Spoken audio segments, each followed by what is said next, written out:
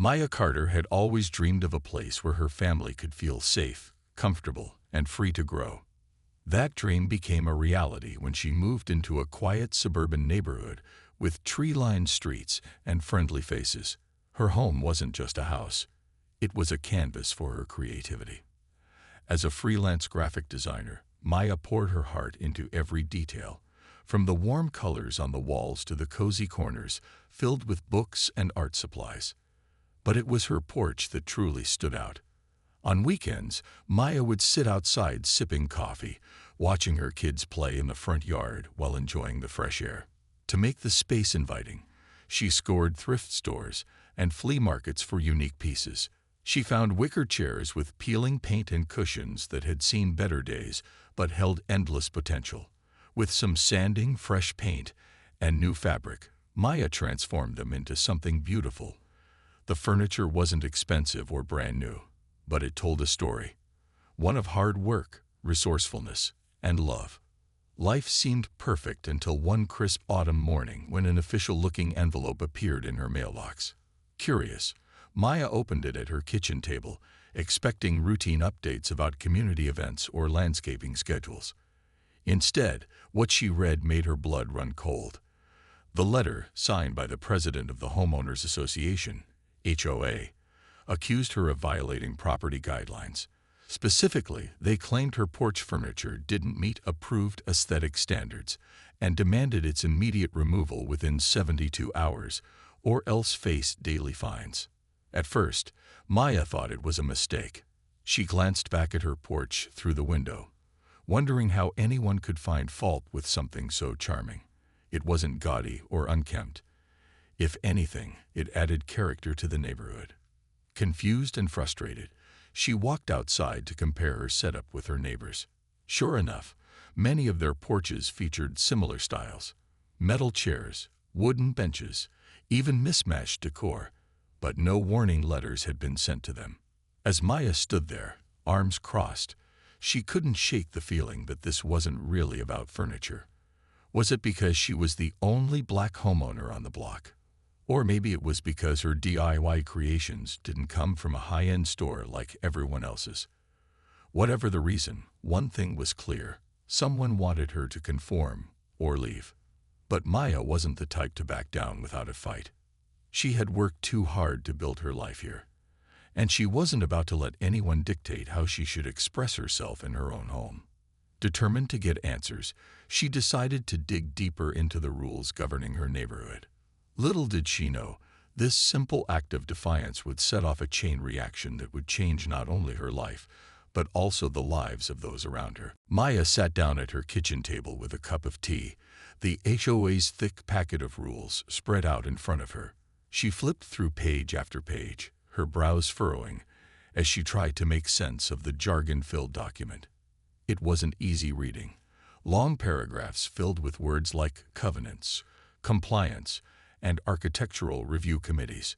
But Maya was determined to understand what exactly she had supposedly done wrong.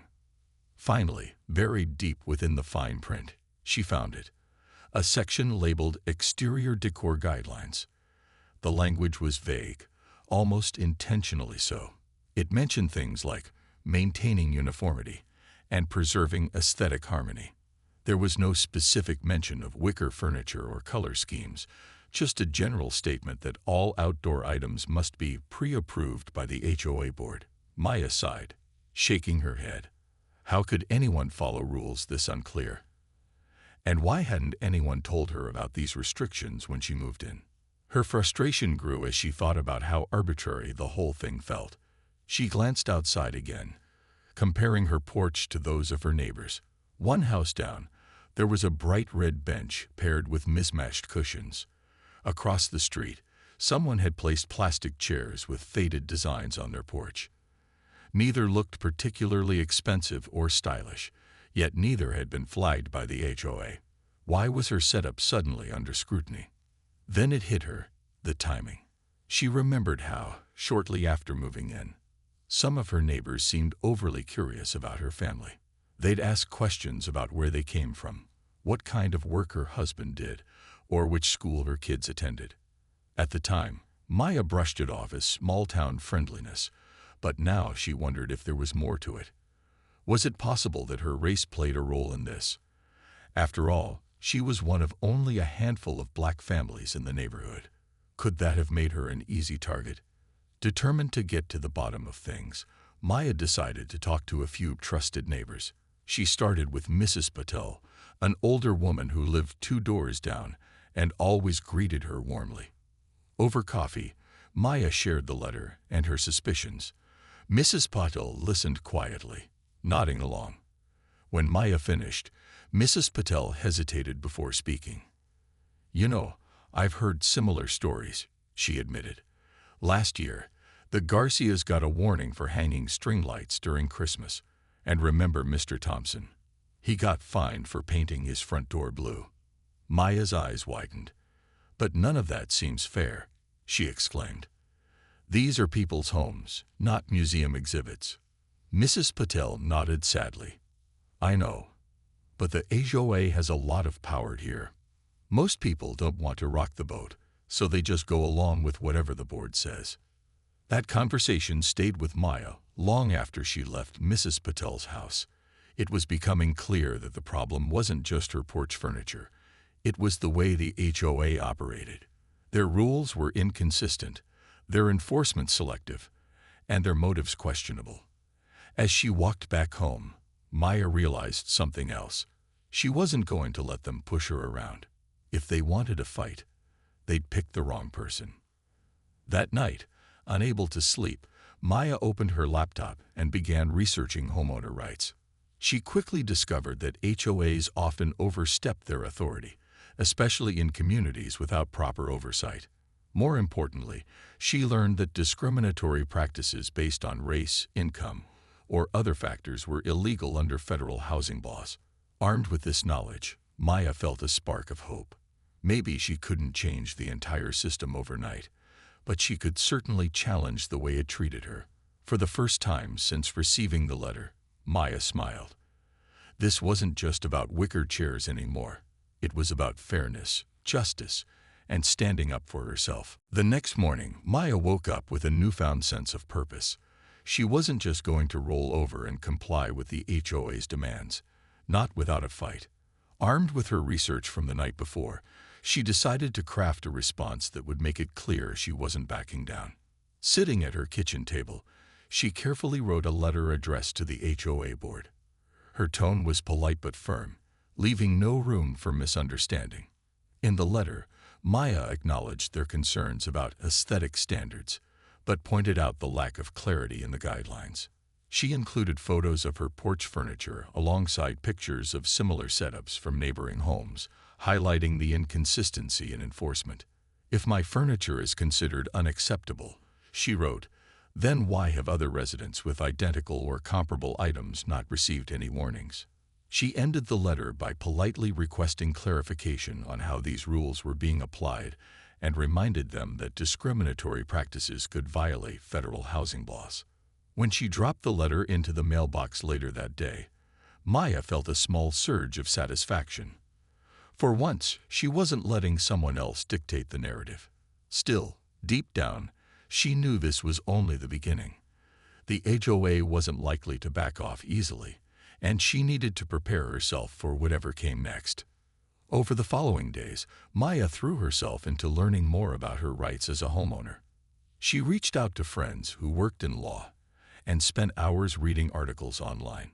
One name kept popping up in her searches: Attorney Lisa Monroe, a civil rights lawyer known for taking on cases involving housing discrimination. Though hesitant to involve lawyers so soon, Maya figured it wouldn't hurt to reach out. To her surprise, Lisa responded within hours, offering to review her case pro bono. Meanwhile, Maya couldn't help but notice subtle changes in her neighborhood. Some neighbors avoided eye contact when she passed by, while others seemed unusually eager to chat. A few even offered unsolicited advice, telling her to just follow the rules or pick your battles. It stung, knowing that some people might think she was causing trouble. But then there were moments that gave her hope, like when Mrs. Pottle stopped by with homemade cookies and words of encouragement, or when a young couple across the street quietly admitted they admired her courage. Days turned into a week, and finally the HOA's reply arrived. Maya opened the envelope with mixed feelings, bracing herself for what was inside. Their response was dismissive, almost condescending. They claimed her furniture still didn't meet community standards and warned her that further noncompliance would result in escalating fines. Worse, they hinted at potential legal action if she continued to challenge their authority. Instead of feeling defeated, Maya felt a fire ignite within her. This wasn't just about her porch anymore. It was about standing up against a system that seemed designed to keep people like her in line. She thought about all the times in her life when she'd been underestimated because of her race or gender. Those experiences had taught her resilience, and she wasn't about to let anyone intimidate her now. That evening, Maya sat on her porch, sipping tea and watching the sunset. Her kids played nearby, laughing as they chased each other around the yard. Looking at them, she realized this fight wasn't just for herself, it was for them, too. She wanted her children to grow up in a world where they could stand tall and speak up without fear. And if that meant taking on an entire HOA board, so be it. With renewed determination, Maya drafted another message, this time sharing her story on social media. She posted photos of her porch, the HOA's letters, and screenshots of the vague rules she'd uncovered. In her caption, she asked a simple question: why does this feel personal? Within hours, her post gained traction, sparking conversations far beyond her neighborhood. Messages of support poured in from strangers across the country, many sharing their own stories of unfair treatment by HOAs. For the first time, Maya realized she wasn't alone in this fight, and that realization gave her strength. Maya's decision to share her story on social media turned out to be a game changer. At first, she wasn't sure what kind of response to expect. Would anyone care about her battle with the HOA? Or would her post get lost in the endless scroll of memes and vacation photos? But within hours, something unexpected happened. Her story went viral. People from all over the country began commenting, sharing, and reposting her post. Some praised her courage, calling her an inspiration for standing up against unfair treatment. Others chimed in with their own experiences, revealing how HOAs had targeted them for everything from hanging wind chimes to painting their doors unconventional colors. One woman described being fined for having a vegetable garden in her front yard because it didn't match the aesthetic. Another shared how her family was singled out after flying a pride flag during Pride Month. The comments poured in like a flood, each one adding fuel to Maya's growing sense that this issue was bigger than just her porch furniture. What surprised Maya most, though, were the private messages. Neighbors she barely knew started reaching out, admitting they'd also felt intimidated by the HOA, but never dared to speak up. A young couple confessed they'd been too afraid to complain when the HOA fined them for installing solar panels, even though energy efficiency was supposed to be encouraged. An elderly man revealed he'd stopped gardening altogether after repeated warnings about his flower beds being too colorful. Slowly but surely, a coalition began to form. People who had once felt powerless now saw an opportunity to stand together. Encouraged by the support, Maya decided to organize a meeting. She invited everyone who had reached out, neighbors, friends, and even strangers from nearby communities, to discuss their shared frustrations. They gathered in her backyard, sitting on folding chairs and blankets spread across the grass. As the sun dipped below the horizon, casting a golden glow over the group, Maya stood up to speak. "I didn't expect this to become such a big deal," she admitted, her voice steady but warm. "But I realize now that this isn't just about me or my porch. It's about fairness. It's about making sure no one feels afraid to live authentically in their own home." Her words resonated deeply, earning nods and murmurs of agreement from the crowd. The meeting turned into a brainstorming session. Together, they outlined a plan to hold the HOA accountable. Some suggested documenting every instance of biased enforcement, while others proposed filing formal complaints with local authorities. Maya listened intently, jotting down notes as ideas flowed freely. For the first time since receiving that initial letter, she felt hopeful, not just for herself, but for the entire community. Word of the coalition spread quickly, catching the attention of local news outlets. Reporters eager to cover the story began showing up at Maya's door, cameras in tow. At first, she hesitated, unsure if she wanted her face plastered across television screens. But then she remembered why she started this fight in the first place: to shine a light on injustice. If telling her story could help others feel less alone, she knew it was worth it. The media coverage brought even more attention to the issue, putting pressure on the HOA to address the growing backlash. Board members, who had previously dismissed Maya's concerns, suddenly found themselves under intense scrutiny. Anonymous tips from disgruntled residents surfaced, revealing internal disputes and questionable practices within the HOA itself. It became clear that Maya's small act of defiance had cracked open a much larger conversation about power, privilege, and accountability. As the days passed, Maya noticed a shift in the neighborhood's atmosphere. Neighbors who had once kept to themselves began waving hello and stopping for chats. Conversations that might have felt awkward before now carried a sense of solidarity. Even those who hadn't joined the coalition seemed to look at her differently, with respect, admiration, and maybe even a little guilt. Maya realized that her willingness to stand up for herself had inspired others to do the same. Though the fight was far from over, Maya felt a renewed sense of purpose. She wasn't just fighting for her right to keep her porch furniture. She was fighting for a community where everyone could belong without fear of judgment or discrimination.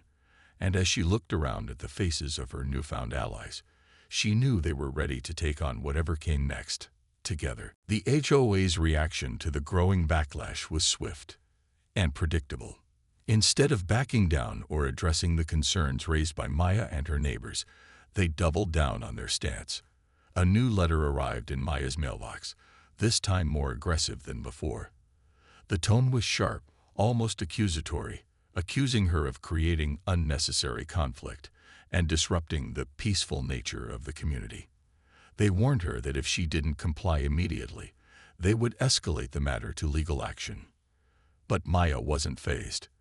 By now, she had built a strong support system, not just within her neighborhood, but also online and through local media coverage. The coalition she helped form was growing stronger every day, with members pooling resources and sharing strategies. When Maya shared the latest letter with the group, it only fueled their determination. "They're scared," one neighbor said during a meeting. "This isn't about furniture anymore. It's about control, and they're losing it." Still, the HOA wasn't ready to admit defeat. In an attempt to sway public opinion, some board members began spreading rumors about Maya. They portrayed her as difficult and unreasonable, someone who refused to follow simple rules for the sake of harmony. Anonymous comments appeared online, criticizing her for making a mountain out of a molehill. One particularly nasty post accused her of trying to tear apart the neighborhood with her selfish behavior. It was frustrating, to say the least. Maya spent nights scrolling through these comments, feeling the weight of the accusations. Was she really causing trouble? She wrestled with self-doubt, wondering if she should just give in and replace her furniture to avoid further drama. But then she thought about her kids, her neighbors, and everyone else who had rallied behind her. This fight wasn't just about her. It was about setting a precedent. If she backed down now, what message would that send? Determined not to let the HOA's tactics break her spirit, Maya leaned on her allies for support. Attorney Lisa Monroe, who had been advising her since the beginning, reminded her that smear campaigns were often a sign of desperation. When people can't win with facts, they try to attack your character. Lisa explained during one of their phone calls. Don't let them distract you from the bigger picture. With Lisa's guidance, Maya took the next step, filing a formal complaint with the Department of Housing and Urban Development, HUD. The process was daunting: pages of forms, detailed accounts of interactions with the HOA, and evidence of discriminatory practices. Maya included everything: the vague rules, the inconsistent enforcement, The anonymous tips about biased treatment and even screenshots of the negative comments aimed at her online. It was exhausting work, but she knew it was necessary. As the HUD investigation got underway, the pressure on the HOA intensified. Local news outlets picked up the story again, highlighting the growing list of grievances against the board. Former residents came forward with stories of unfair fines and hostile treatment. One woman recounted how the HOA fined her for parking a minivan in her driveway because it didn't align with neighborhood standards. Another described being told to remove a wheelchair ramp because it was unsightly. These accounts painted a troubling picture of an organization that seemed more interested in maintaining appearances than fostering inclusivity. Despite the mounting evidence, the HOA continued to deny any wrongdoing. Their president issued a statement claiming the board operated fairly and impartially, and insisting that all decisions were made in the best interest of the community. But few people believed them anymore. Even some longtime supporters of the HOA began questioning its motives, especially after hearing Maya's side of the story. Through it all, Maya remained steadfast. She attended city council meetings, spoke to reporters, and continued organizing with her coalition. Though the stress sometimes felt overwhelming, she found strength in the people around her. Her kids noticed the change, too. "Mom, you're like a superhero," her youngest said one evening as they sat together on the porch. Maya laughed, pulling him close. "No, baby," she replied. "I'm just standing up for what's right." And that's exactly what she intended to keep doing, no matter how hard the HOA tried to push back. The HUD investigation sent shockwaves through the neighborhood. For weeks, investigators combed through documents, interviewed residents, and reviewed years of HOA records. What they uncovered painted a damning picture of systemic bias and inconsistent enforcement. Former homeowners recounted how their complaints about moldy basements or broken sidewalks were ignored, while minor infractions like holiday decorations earned them hefty fines.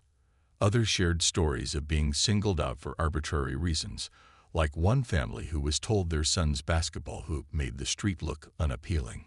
As more evidence surfaced, cracks began to form in the HOA's once unshakable facade. Board members, who had always presented themselves as pillars of fairness and order, suddenly seemed defensive and disorganized.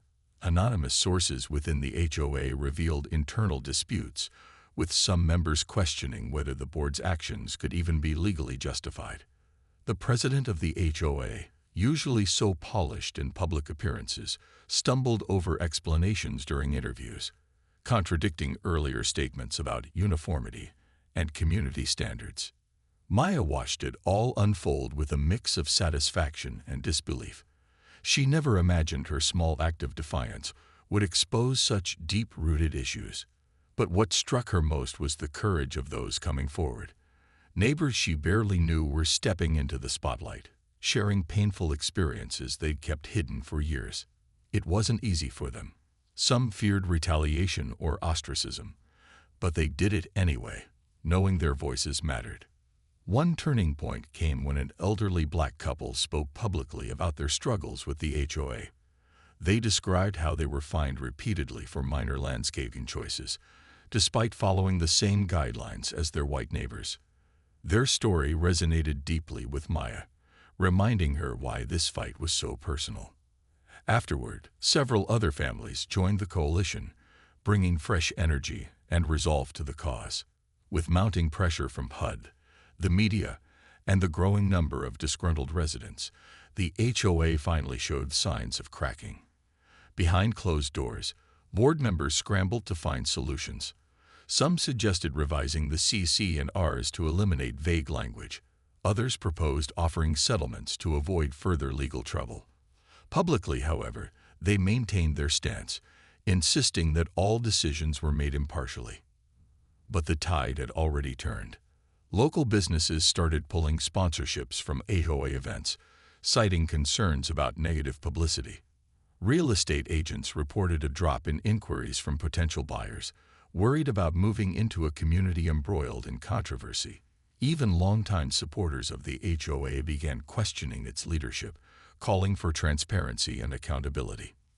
Finally, After months of investigations, negotiations, and heated discussions, the HOA agreed to settle Maya's case. In a formal letter addressed to her attorney, they dropped all charges related to her porch furniture and promised not to pursue any future claims against her. More importantly, they committed to revising their policies, ensuring clearer guidelines and fairer enforcement moving forward. As part of the settlement, the HOA also pledged to undergo mandatory diversity training and establish a committee to review complaints of discriminatory practices. When Maya read the terms of the agreement, she felt a wave of relief wash over her. This wasn't just a win for her. It was a victory for everyone who had ever felt powerless against the HOA's authority. Still, she knew the work wasn't done. Revising policies was one thing. Changing mindsets was another. But for now, she allowed herself a moment to celebrate. That evening, Maya hosted a small gathering on her porch, the very same porch that had sparked this entire journey. Neighbors brought food, drinks, and laughter, filling the air with warmth and camaraderie. Someone joked about starting a petition to make wicker furniture the official decor of the neighborhood, drawing cheers from the crowd. As Maya looked around at the faces of her friends and allies, she realized something profound. Together, they had taken on a system designed to divide them, and won. The victory against the HOA was sweet, but Maya knew it wasn't the end of the road. While the settlement marked a significant win, she understood that real change required more than just revised policies. It demanded a shift in mindset. The fight had awakened something in her, a desire to keep pushing for fairness, not just for herself, but for others who might face similar challenges. In the weeks following the settlement, Maya became a symbol of resilience and empowerment in her community. Neighbors who once hesitated to speak up now approached her with questions about their rights or advice on dealing with the HOA. She found herself mentoring new families moving into the neighborhood, helping them navigate the often confusing rules and encouraging them to advocate for themselves. "Don't let anyone make you feel small," she'd say with a warm smile. "Your voice matters." Her influence extended beyond her immediate surroundings, too. Local news outlets continued covering her story, highlighting how one person's determination could spark meaningful change. Maya was invited to speak at community forums and town hall meetings, where she shared her experiences and urged others to challenge oppressive systems. Her speeches were heartfelt and relatable, filled with stories of struggle and triumph that resonated deeply with audiences. But Maya didn't stop there. Inspired by the coalition she helped build, she worked with neighbors to create a permanent advocacy group called Neighbors United. The group's mission was simple: to ensure transparency, equity, and accountability within the community. They held regular meetings, reviewed proposed HOA changes, and provided support to residents facing unfair treatment. Under Maya's leadership, Neighbors United quickly gained traction, becoming a trusted resource for homeowners across the city. Meanwhile, the HOA struggled to rebuild trust. Though they implemented the promised reforms, skepticism lingered among residents. Some board members resigned under pressure, while others faced tough re-election campaigns. The diversity training sessions, though initially met with resistance, gradually opened eyes to the impact of implicit bias. Slowly but surely, the culture began to shift, thanks in large part to Maya's relentless advocacy. Despite the progress, Maya remained vigilant. She knew that systemic issues couldn't be solved overnight. There were still moments of tension, like when a neighbor reported feeling singled out for painting their mailbox an unconventional color. But instead of ignoring these incidents, Maya encouraged open dialogue, bringing concerns directly to the HOA board. Her calm yet firm approach earned her respect even from former critics. On a personal level, the ordeal transformed Maya in ways she hadn't anticipated. Before this fight, she often doubted her ability to take on powerful institutions. Now she saw herself as someone capable of making a difference, not just in her own life, but in the lives of others. Her kids noticed the change too.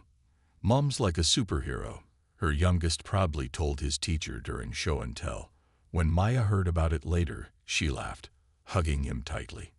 "No, baby," she said. I'm just standing up for what's right. And so can you.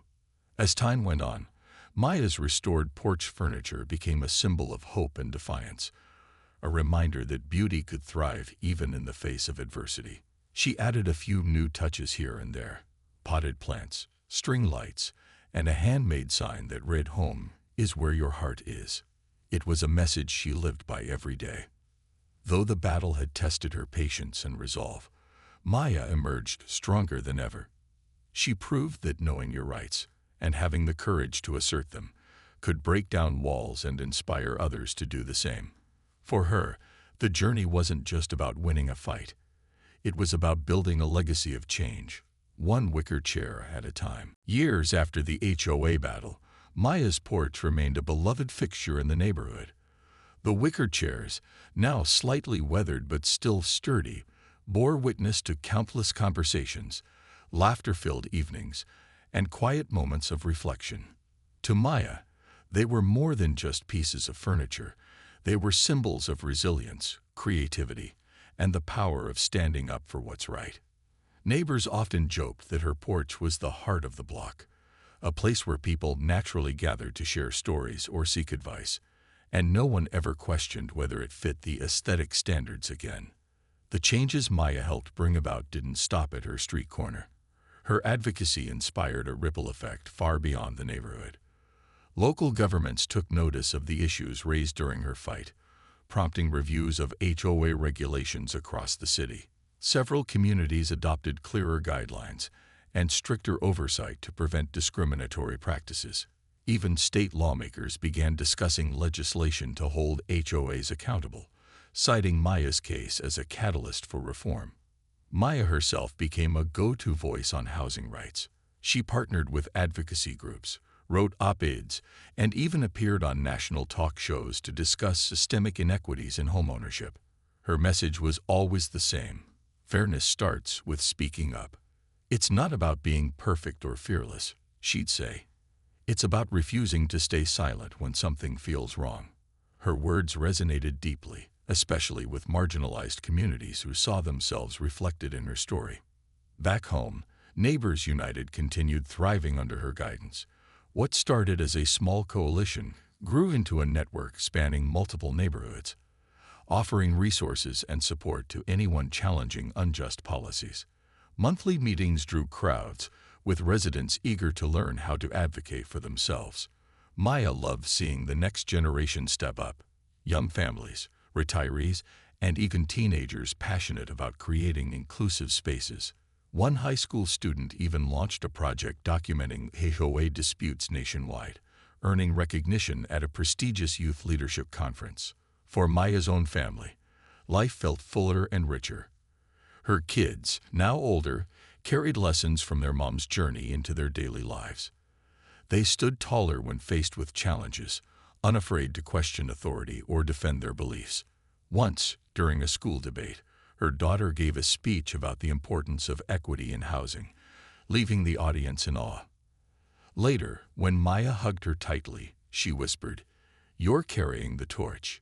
Even the HOA board evolved over time. New members brought fresh perspectives, prioritizing collaboration over control. Annual surveys showed rising satisfaction rates among residents, many crediting the shift to Maya's efforts. Though tensions occasionally flared, change is rarely smooth. It was clear that mutual respect had replaced fear and division. On crisp autumn evenings, Maya still sat on her porch, watching the sun dip below the horizon. She thought about how far things had come since that first ominous letter arrived. Back then, she never imagined her little corner of the world could spark such widespread change. But she had learned an invaluable lesson. Progress often starts small, with one person saying, "Enough is enough." As she sipped her tea, listening to the distant hum of neighbors chatting and children playing, Maya smiled. Her porch wasn't just a space anymore. It was a legacy. A reminder that courage, persistence, and community could overcome even the toughest odds. And though her story might fade from headlines someday, its impact would endure, woven into the fabric of a neighborhood. and a society that refused to settle for anything less than fairness.